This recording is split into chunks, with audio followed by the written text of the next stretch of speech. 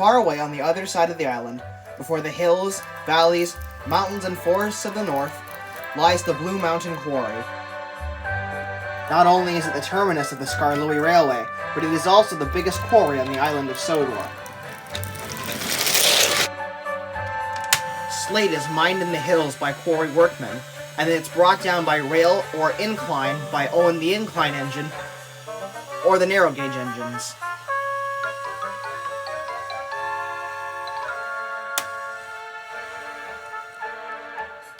And once cut up by the quarry's vast array of saws and machinery, it's taken away by standard gauge engines to the docks.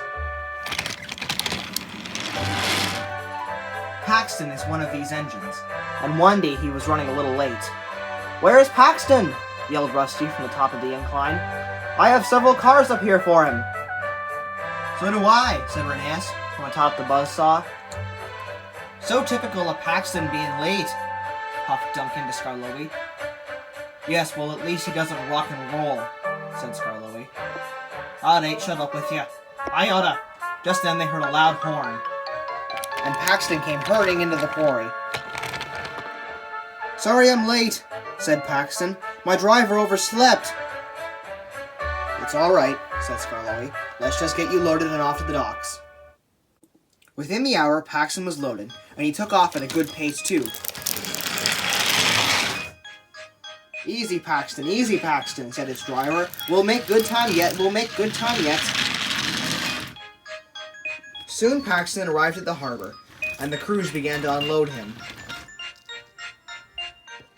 Paxton sat patiently waiting when someone came up to him.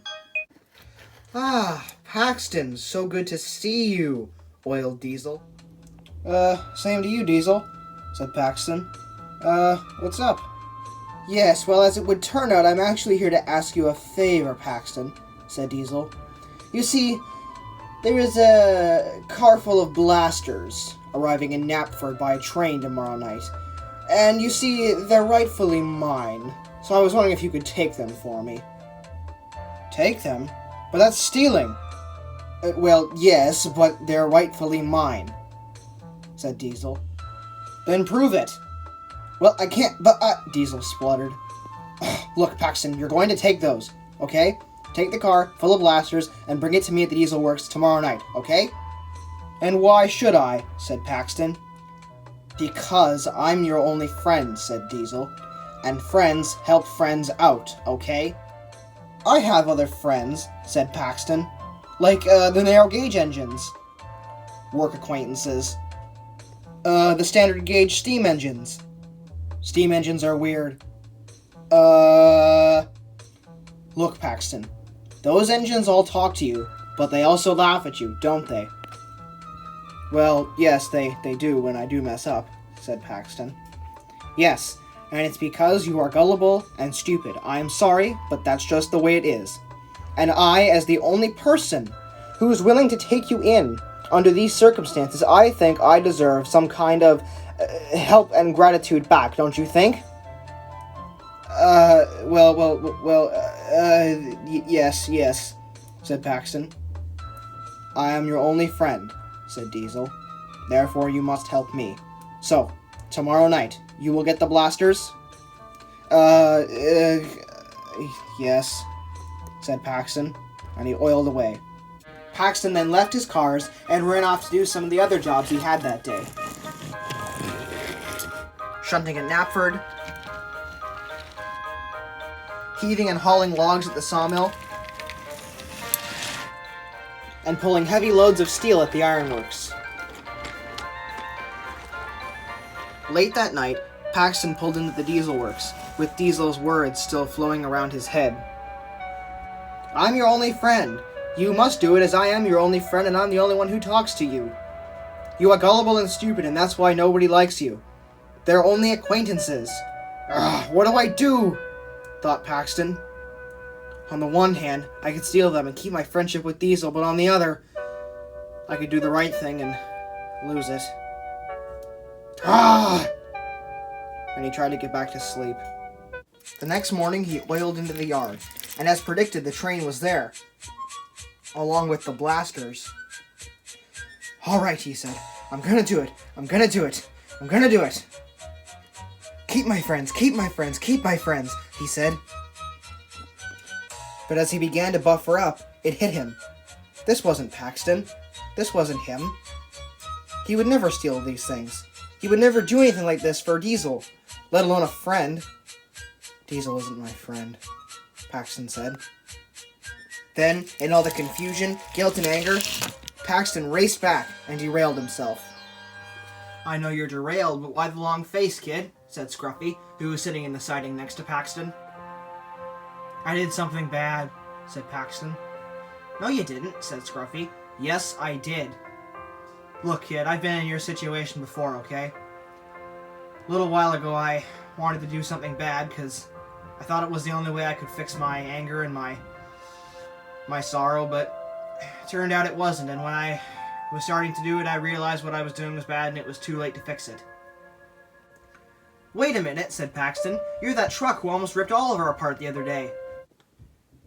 Yeah, don't remind me, said Scruffy. Look, kid, what's your name? Paxton. Look, Paxton. All I know is that I had the chance to do the right thing, but I didn't. But you did, and you did do the right thing. So, in my opinion, you're fine. Yeah, well, now I've lost my only friend, said Paxton, and I'm too gullible and stupid to make any more. Who told you were gullible and stupid, said Scruffy. Diesel, said Paxton. Well, maybe he ain't really your friend then, said Scruffy. And I don't know, but you don't seem all that gullible and stupid making a choice like that. Thanks, said Paxton. And might I ask, how come you were so mad that you tried to rip Oliver apart? Well, we got into a bit of a dispute a long time ago, and it stuck with me to the point of where I tried to rip him apart. And it occurred to me, almost as he had been torn apart, that he was going through the same pain that I was going through, and that I shouldn't be doing it, but it was too late, and he almost came apart, and now he's in the works. Oh. Yeah, don't feel bad for me, Paxton. I dug my grave, but you managed to get out of yours. Thanks, said Paxton. Just then there came a loud honk, and Diesel came bustling into the yard. Paxton, why haven't you taken the blasters yet? Because I wanted to do the right thing, said Paxton. Typical. I shouldn't have trusted you. So gullible and stupid. Diesel raced to the back of the train. He then coupled up and held his brakes, and as the train began to move, the coupling snapped.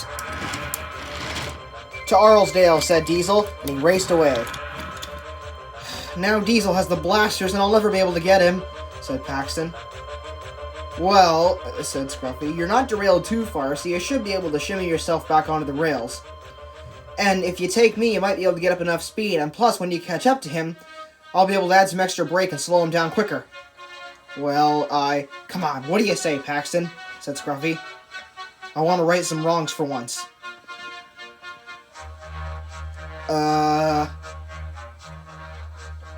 Still not too sure about this, said Paxton, as he and Scruffy raced down the line trying to catch up to Diesel.